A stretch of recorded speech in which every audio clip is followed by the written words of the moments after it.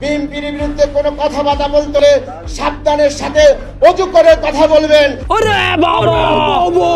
ধানের শীষের বাইরে কেউ দাঁড়িপাল্লাতে ভোট দেওয়ার কথা বলে সেখান থেকে সুস্থ হয়ে বাড়িতে ফিরে আসবেন বিএনপি নেতা কর্মীদের কাছ থেকে, আমার তো সেটা মনে হয় না। अच्छा हमको सिखा रिया है।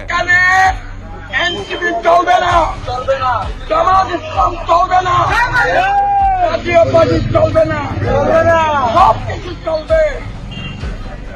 এই নিজের মুখকে লাগাম দিয়ে শক্তিটা করবেন, নাহলে আপনার কাছে আর এদিকে ঢুকে দিয়ে আসবে, আপনার কাছে আর এদিকে ঢুকে দিয়ে আসবে। छोड़कर गया था कि तेरी माँ। প্রবাসী ভোটার নিয়েও কিন্তু আমরা ব্যক্তিগত আপত্তি আছে। ফালতু কথা একদম কবি না। এই যে হাইব্রিডদের অনুপ্রবেশ ভোটার হিসেবে কেন হবে? আর মুখে আমি মুইতা দিমু।